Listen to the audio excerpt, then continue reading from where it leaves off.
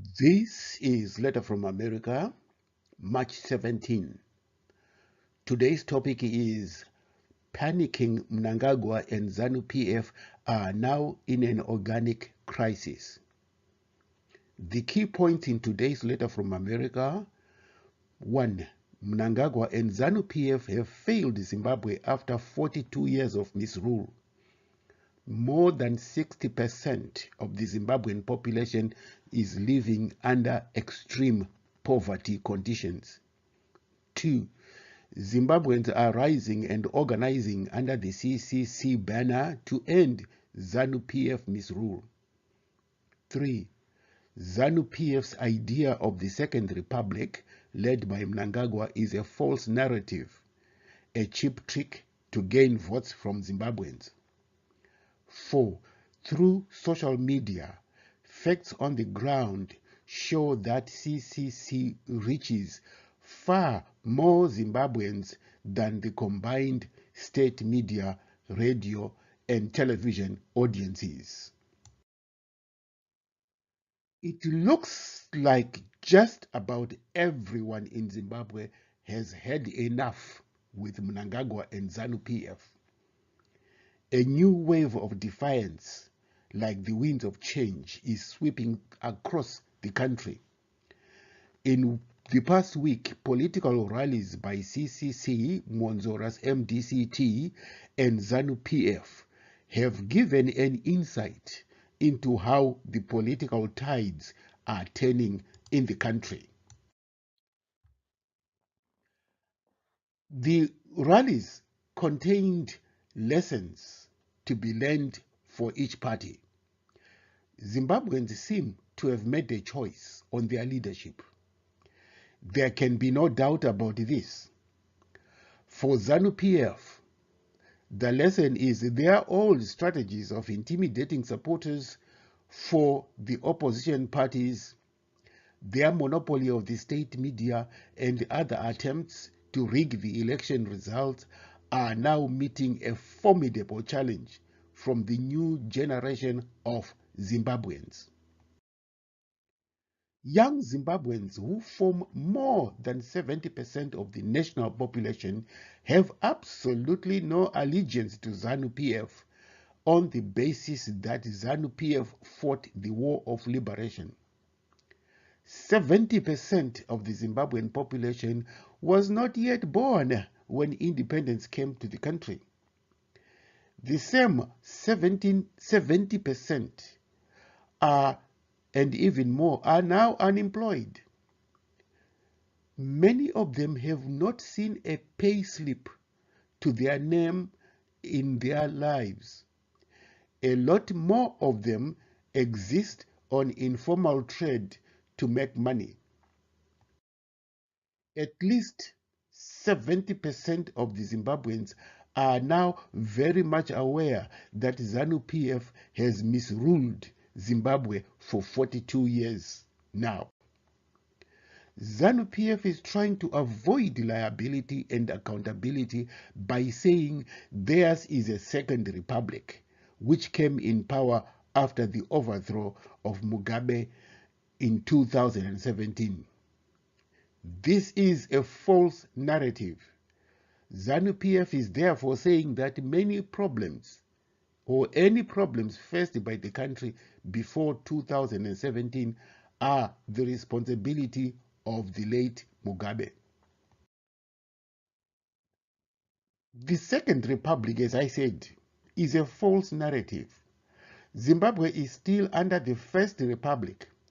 All the repressive laws during the Mugabe era, as well as corruption, are very much part of the Mnangagwa regime. Mnangagwa himself admitted this when at one rally he said he had received a letter from a whistleblower who exposed corruption in farm inputs. Mnangagwa said he told the whistleblower, "You foolish man, just keep quiet." At another rally, Mnangagwa tried to sweep under the carpet the wave of corruption all the way from the Mugabe era. He said he was asked to account for this. In his response, Mugabe said he wanted to say something about it, but he suddenly realized that he had been part of the Mugabe government. So he said he decided to keep quiet.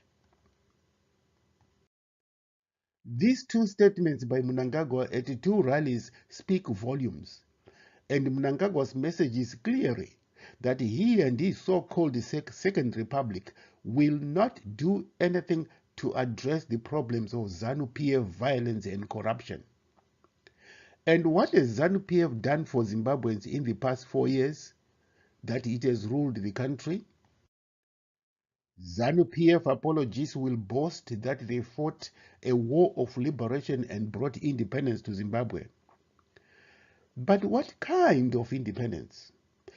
Billions of dollars were lost through corruption to fill what the late Bishop Desmond Tutu once called the gravy train for the ZANU PF elite or ruling elite who live in luxurious mansions, drive posh top-of-the-art cars, while the masses of Zimbabwe inherited extreme poverty and live in houses that are more decrepit, more broken down than during the Ian Smith's regime's time.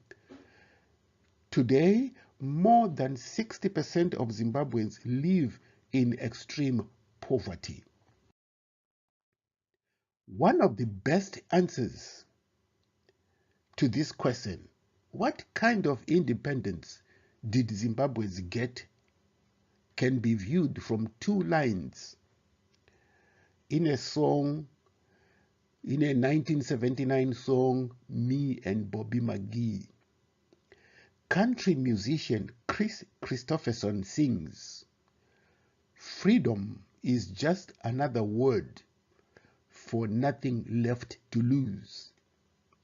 And nothing ain't worth nothing but is free." In other words, what ZANU PF brought to Zimbabweans in 1980 was nothing worth the independence label.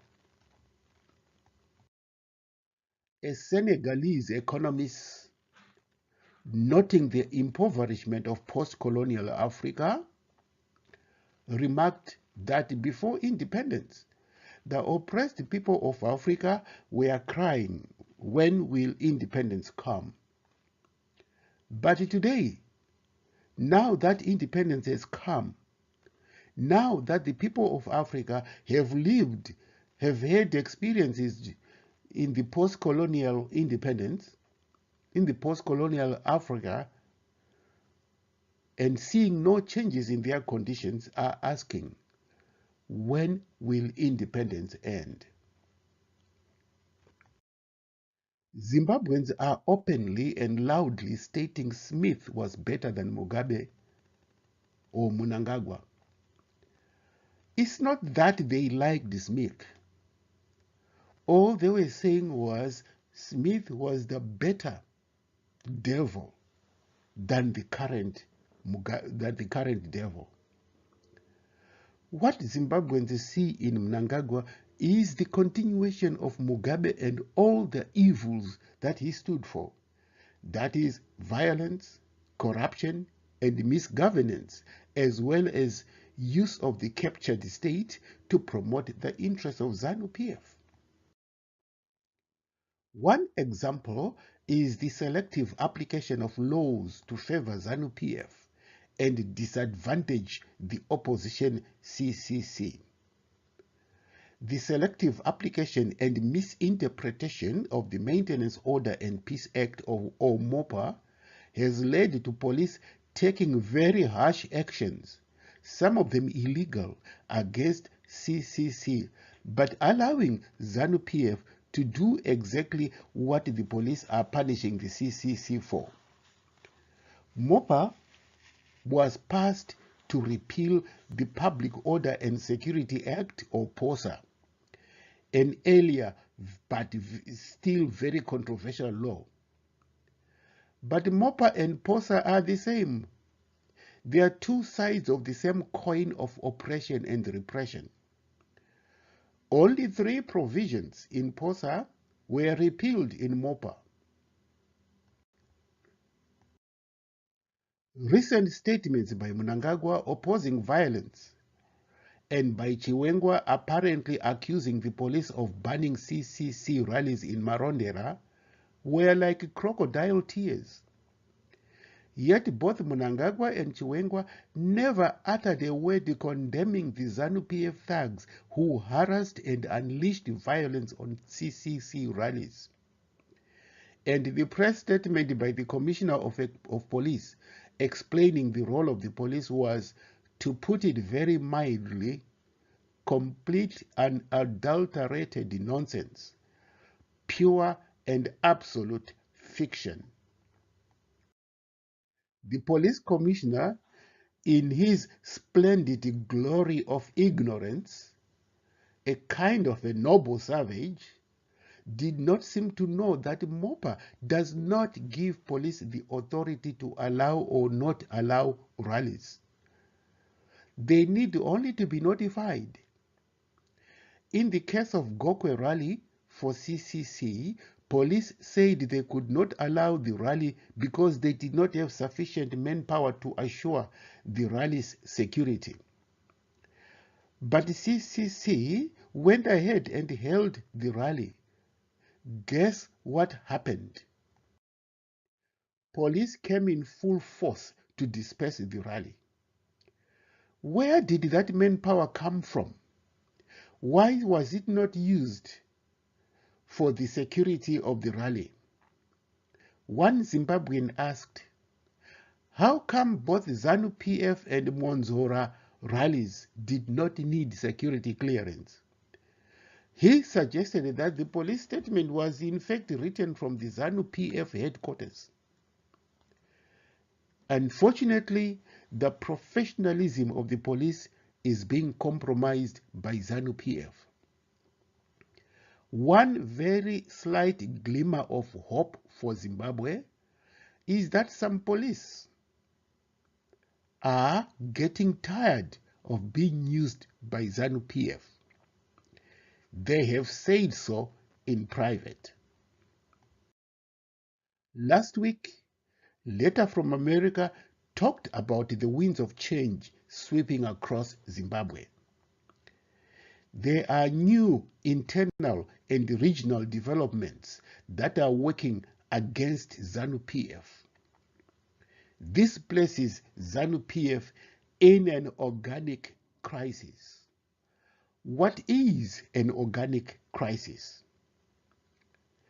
The term organic crisis was coined by the founder of the Italian Socialist Party, Antonio Gramsci, in the 1920s.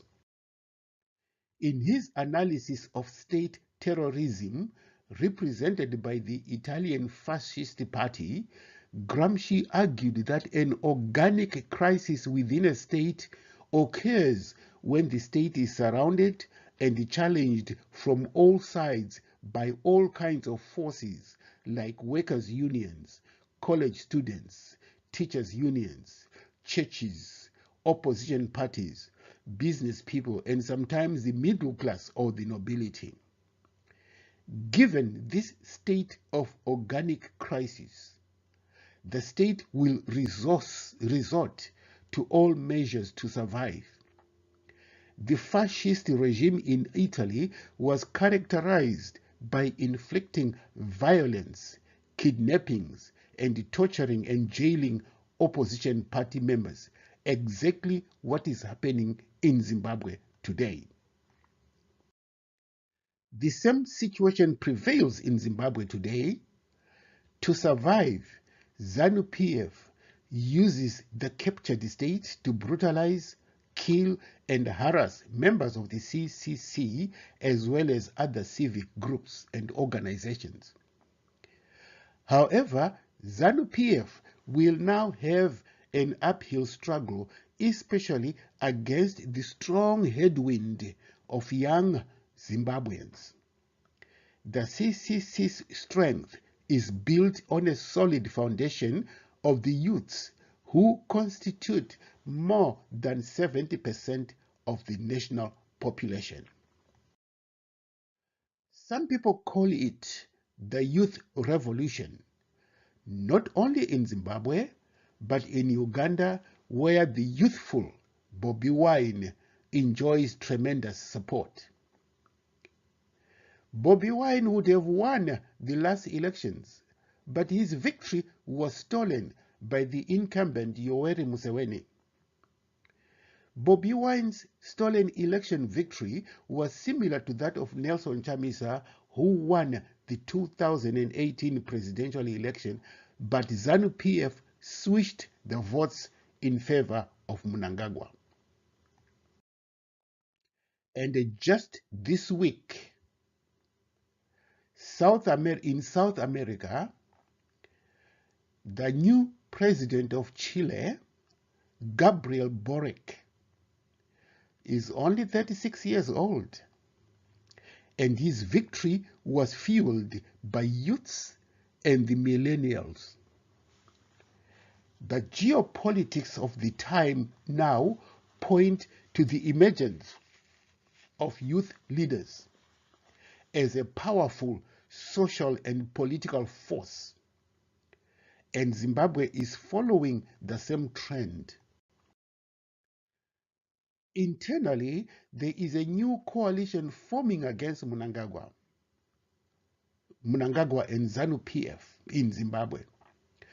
Apart from CCC, this coalition includes the former G40 members of ZANU PF who were thrown out of the gravy train after Mugabe had been overthrown. It is now becoming evident that some members of the army, police, CIO, and war veterans are now supporting the CCC, although they do not want to come out in the open. The cornerstone for this coalition are the youths who form, as I said before, more than 70% of the national population. The youth vote was decisive in elections in neighboring Zambia and Malawi, and ZANU PF is very much aware of this. The new president of Zambia, Hakainde Hichilema, although he is not quite a youth, is a very close friend of CCC leader Chamisa. The same applies to the new president of Malawi, Lazarus Chakwera. Again, Chakwera is not a youth, but he understands the politics of opposition, the same as Hichilema. Both Hichilema and Chakwera were subjected to election fraud by the ruling parties in their respective countries. Hichilema experienced exactly what CCC is subjected to by ZANU PF today. Chakwera's majority vote in Malawi was undermined by vote rigging. Chakwera's party successfully appealed to the courts, which ordered a new presidential election. The same could have happened to Chamisa's appeal in Zimbabwe's Constitutional Court.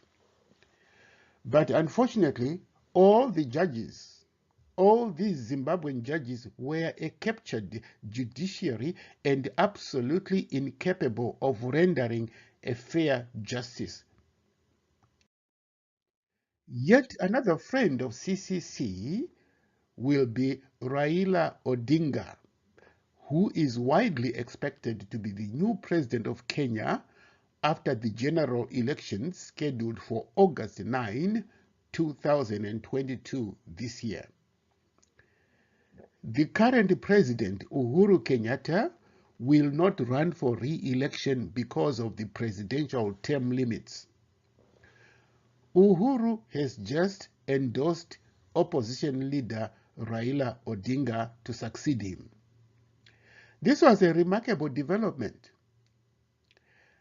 In Zimbabwe, it will be like Mnangagwa endorsing Chamisa for the next president instead of Chiwenga. Mnangagwa's recent visit to Kenya was an attempt to persuade President Kenyatta to sign an extradition agreement between Kenya and Zimbabwe. Mnangagwa would very much like to have G40 politician Jonathan Moyo extradited to Zimbabwe. In 2017, shortly after Mugabe had been overthrown, Mnangagwa spoke to a group of Zimbabweans in South Africa before returning to Zimbabwe. Mnangagwa was recorded as saying he was open to the spirit of forgiveness, but he vowed that the only person he would never ever forgive was Jonathan Moyo. Unfortunately for Mnangagwa, the Kenyan president refused to sign such an extradition treaty with Zimbabwe. It is very unlikely that the incoming president, Raila Odinga, will agree to sign such a treaty. In 2018, Raila Odinga, as a friend of Tsvangirai and MDCT, attended the funeral of Tsvangirai. Odinga sat next to Chamisa. Earlier in 2009, Raila Odinga, who at the time was Kenya's prime minister, called for the world community to demand that Zimbabwe's President Robert Mugabe step down. Odinga strongly criticized Zimbabwe's longtime leader during a visit to Washington. He called Zimbabwe's runoff presidential vote of June 27 a sham. Odinga said, and he still says, conditions do not exist in Zimbabwe for free elections, citing beatings, arrests, arson, and the repeated detention of opposition leaders. What Odinga said about the oppressive conditions in Zimbabwe in 2009 equally reflect conditions in today's post-Mugabe Zimbabwe. Writing in the online publication, Leopold Munende said what happened at the Rudaka Stadium in Marondera on Saturday, where riot police blocked the CCC rally, speaks volumes. Munende said it was ironic that President Emmerson Mnangagwa called for peaceful elections when he was addressing his supporters in Karoi, while turning a blind eye to the police who blocked Chamisa's campaign rally in Marondera on Saturday. Local think tank Zimbabwe Democracy Institute and election watchdogs, Election Resource Center, and the Zimbabwe Election Support Network have described the run-up to next week's by-elections and the next year's general elections as heavily manipulated in favor of ZANU PF, with the Zimbabwe Electoral Commission ZEC reportedly placed at the epicenter of this electoral manipulation machinery. The Zimbabwe Democracy Institute, in an analysis of the voter registration process, claimed ZEC had created uncertainty over voter regulation, had manipulated the voters' roll, registration center allocation, and militarized the electoral exercise. The Zimbabwe Democracy Institute said that in areas such as Harare and Bulawayo, where the opposition commands a huge following, there were fewer registration centers, as revealed in ZEC's schedule of the first mobile voter registration process, which kick-started on February 1. Zimbabweans no longer need to worry about how the state media are totally ignoring coverage of the main opposition CCC rallies and statements. This is part of the ZANU PF strategy to prevent people from knowing or learning about these rallies and what CCC stands for.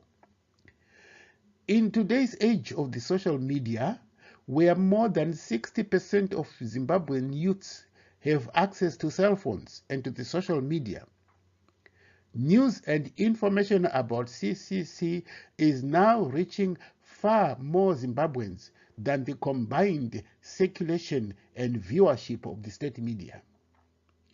Just to give you an example, the Herald has a circulation of just 5,000. But Advocate Chamisa's tweets reach almost 500,000 Zimbabweans on each tweet. Thank you for listening. This concludes today's broadcast of Letter from America, a weekly in-depth analysis of the situation in Zimbabwe. Thank you for listening.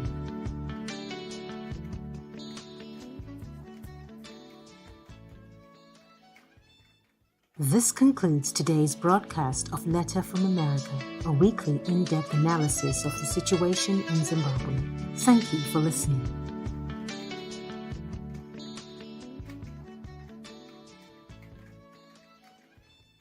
This concludes today's broadcast of Letter from America, a weekly in-depth analysis of the situation in Zimbabwe. Thank you for listening.